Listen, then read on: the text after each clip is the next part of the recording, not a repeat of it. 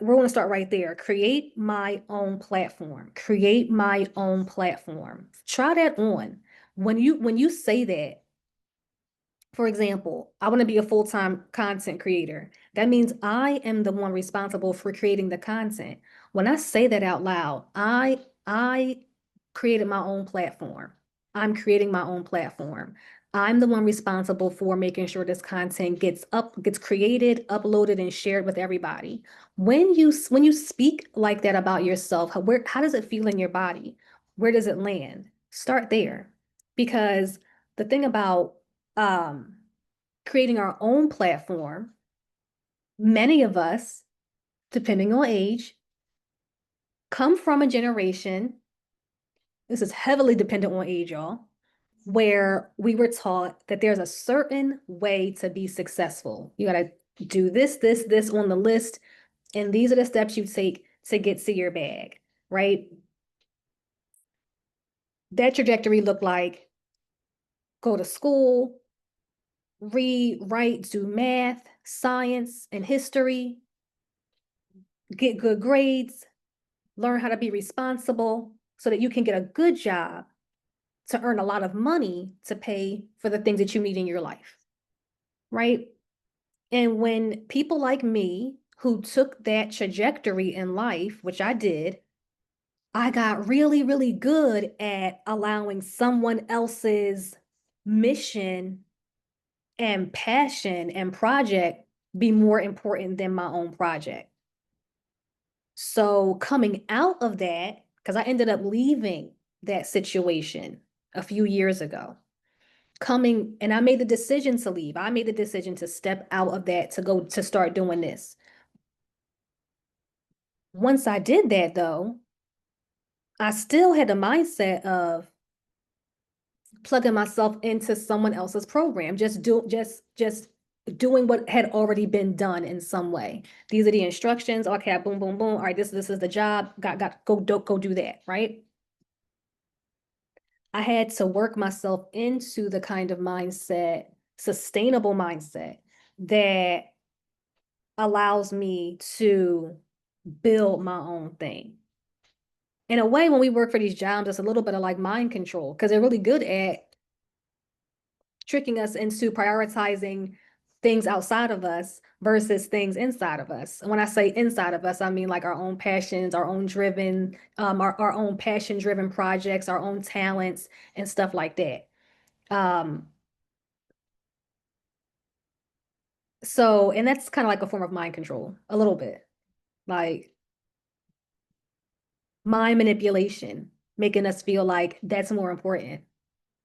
So you, when I transitioned from that 9 to 5 journey to working for myself and in service of others' journey, the mindset shift came first. I thought that what needed to come first was physical things that people could see to know that I am doing this thing now. Oh, y'all need to see my social media page. Oh, y'all need to see a sales page. Oh, y'all need to see some content and videos. Depending on what your goal are, you might get caught into that kind of thing. Like, oh, people need to see um, examples of my gameplay. People need to see examples of my design work. And eventually, yeah, depending on what your goals are, people are going to need to see that to know that you exist doing what it is that you're doing. But before I could even get into building those things, I had to shift my mindset so that I could really be in the driver's seat of what it is that I'm doing. Stepping out of shedding that skin of relying on someone else to be in the driver's seat. Who's in the driver's seat? I don't know. That woman who works in HR who does the scheduling. She's the one who tells us where to go here and when to do what. I don't got to think about that, but now I do. Okay. And how we learn those things is to just jumpstart, get into it and start doing it, being open to the journey. There is no such thing as sustainable overnight success. When I say sustainable, I mean success that lasts over lots and lots of time. And as an example, y'all know about the people who might win the lottery for the first time and they win a large lump sum of money that after a few years, maybe within 5 or 10, dwindles down to a balance of zero. Why does that happen? How did all of that money run out? Did the money really run out? Or was it a lack of sustainability in the mindset, the habits that allows you to know how to work with that much money? That wasn't there. So overnight, yeah, anyone can win the lottery overnight. But to build the sustainable mindset that teaches you or supports you with knowing what to do with $5 million, that's not an overnight process. Okay. So whatever it is that your goal and vision, whatever your destination is, right? Be open to the journey of it unfolding. For some of us, like for me, I knew that I was to create holistic educational offerings, but I didn't know exactly what it looked like. So I had to be open to the idea that the full vision might take some time to be revealed. It might take some time to, figure it out. That's all right, because growth and learning take time. You didn't perfect walking as soon as you took your first step or the day after you took your first step. You started off, and I wasn't there with you, but I'm just like putting myself in that place again. You start off learning how the weight feels on 2 feet. Like this is what it feels like to like stand up, right? First we get used to that, right? And then we start learning what it feels like to navigate balance in the body so that we don't topple over all the time. We start to feel through pace, learning how to go faster or slower. All of this is happening during the walking process, and it can't all happen overnight. We build strength and stamina in the muscles to allow them to take us here and there. And you know what else? We probably overcame some fear of what it was going to mean for us to actually become walking people. What does it mean now that I can't just go like this and someone pick me up and safely carry me from one place to another? So overcoming the fear of what it would mean to do it on our own, right? To be able to come and go as our please, to tap into that freedom. Sometimes we think we want a bunch of freedom, but sometimes the idea of having that much freedom can be intimidating, like, whoa, what would I do with all that? And we feel that in the body. The internal shift between relying on the stability of someone's strong arms to safely take you from place to place, shifting from that to growing into a being who had to learn how to trust these limbs and trust that they would take you in the right direction and trust you they would carry you quickly enough and safely enough from danger, right? None of that is an overnight process. And we probably don't even remember how it felt. Because for most of us, that was a very long time ago. But just as our brains were processing it, and as our muscles were embodying the strength to carry us, on the inside, there was a whole other process going on. All right. We were developing the internal fortitude to get back up after stumbling. Right? You ever see a baby be walking and they fall and they start to cry after? You ever wonder why they're crying? You ever wonder why? Is it because it hurt? Maybe. Maybe depending on the surface that they fell on, maybe, and how much cushion is there, maybe. Maybe it hurt them physically, but also maybe the toddler is experiencing on the inside their first feeling of defeat. For the very first time, they're experiencing what it means to set their mind to do something, getting really excited and geared up to do it. You ever see when a baby start getting ready to start walking, they just be bouncing, they holding on to that table and they just bouncing up and down, getting them knees ready. And they're like, I'm gonna break away from this table, I'm gonna go do it. Then they go do it. only for them to walk 2 steps and then fall right down.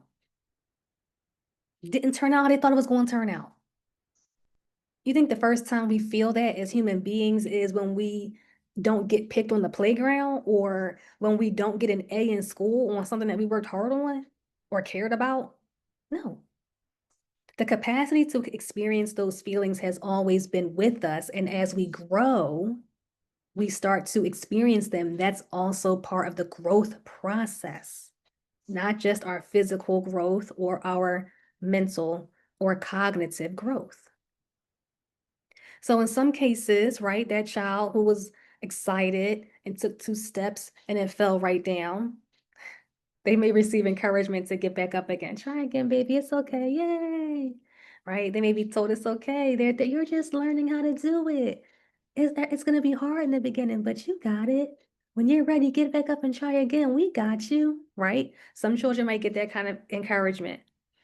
And that kind of encouragement helps children, us, when we are young, to learn how to process the emotional stress of not reaching a goal. It starts as early as that stage of development, y'all. Okay. You think that the child in our scenario, our imaginary scenario, you think that the child might be told, you failure. I can't believe you just fell down. You will never learn how to walk. Why don't you even try? Is that what we think the child might hear when they fall down? I mean, for real, y'all, anything is possible. So it's actually possible that sadly some children might.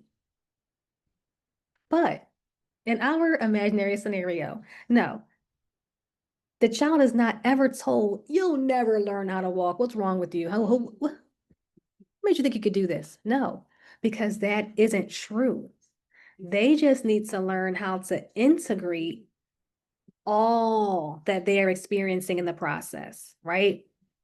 They have to learn how to integrate the physical sensations, the new things that they're feeling in their body now that they're walking more and, being, pushed in the stroller or carried less, right? um they're learning to like to cognitively process, what am I doing with these legs? Like, what does this mean? Like, yeah, you've seen all these other beings doing this, but now it's your turn. They're starting to understand on a practical level what they're doing and why, and learning, oh, with this skill I can do this, with this skill I can go here, right? And I can do that, right? They're building the confidence to do it. It's not easy to do a new thing, right? First, they're building the confidence to do it with some support. So, that support, sometimes they have a walker or sometimes someone's holding their hands. Then they're building up the confidence to do it on their own. This is all part of the developmental process. And so much goes into how well this is going to work for them. What goes into it?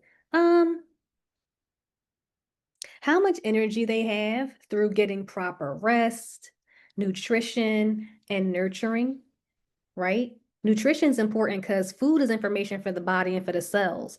And it's especially during growth stages or stages of development, the body needs healthy, nutrient dense food in order to grow the muscles and the tendons and the bones that are going to carry the walking child, right?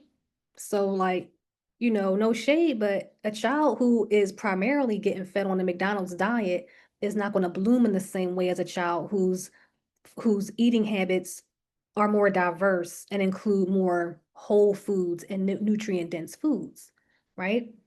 Um, how much time and space does the child actually have to build their leg muscles? That's also something that goes into this entire process.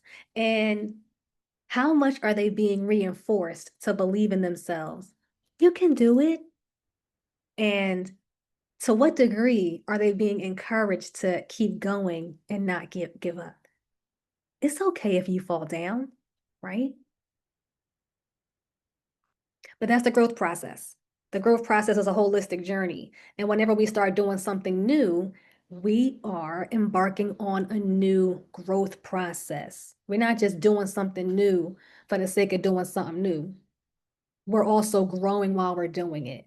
All right. So do you think that the holistic growth process changes because we become adult and we finish school and we get jobs? Absolutely not. Just because we may not rely on someone to pick us up and carry us from room to room, the same rules apply.